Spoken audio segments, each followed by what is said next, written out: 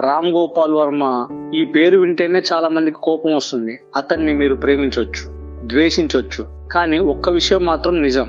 ఈ మనిషిని ఎవరు ఇగ్నోర్ చేయలేరు. ఎందుకంటే ఇతడు మాట్లాడేది అబద్ధం కాదు. ఇతడు చెప్పేది మీకు నచ్చకపోవచ్చు, కానీ అది మీరు లోపల దాచుకున్న నిజమే. ఆర్జీవి జీవితం గురించి ఇలా అన్నాడు: నిన్న గురించి ఆలోచించడం వృధా, రేపటి గురించి కలలు కనడం మోసం, జీవించేది ఈ రోజే.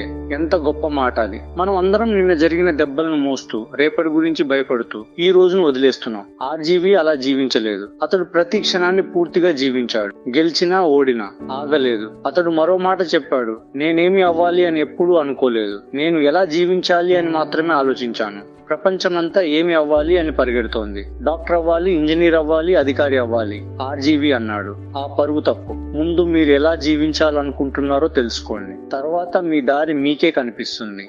భయం గురించి ఆర్జీవి చెప్పిన నిజం: నాకు ప్లాన్ బి అంటే నమ్మకం లేదు. ప్లాన్ బి ఉంటే ప్లాన్ ఏ మీద నమ్మకమే ఉండదు. మీరు ఏదైనా చేస్తున్నప్పుడు అది పని చేయకపోతే ఏమి చేద్దాం అని అనుకుంటే మీరు అప్పుడే ఓడిపోయినట్టే.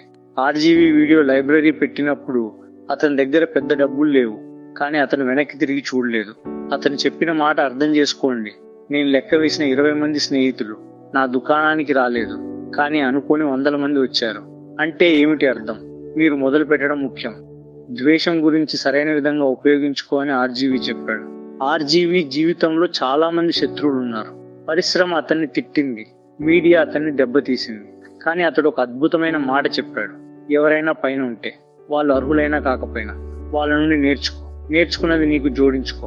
నువ్వు వాళ్ళకంటే పైన వెళ్తావు, కానీ ఒక్క పని చేయకు. కింద కూర్చుని వాళ్ళని ద్వేషిస్తూ వాళ్ళు పడిపోవడం కోసం ఎదురు చూడకు. వాళ్ళు పడినా నువ్వు పైకి వెళ్ళవు.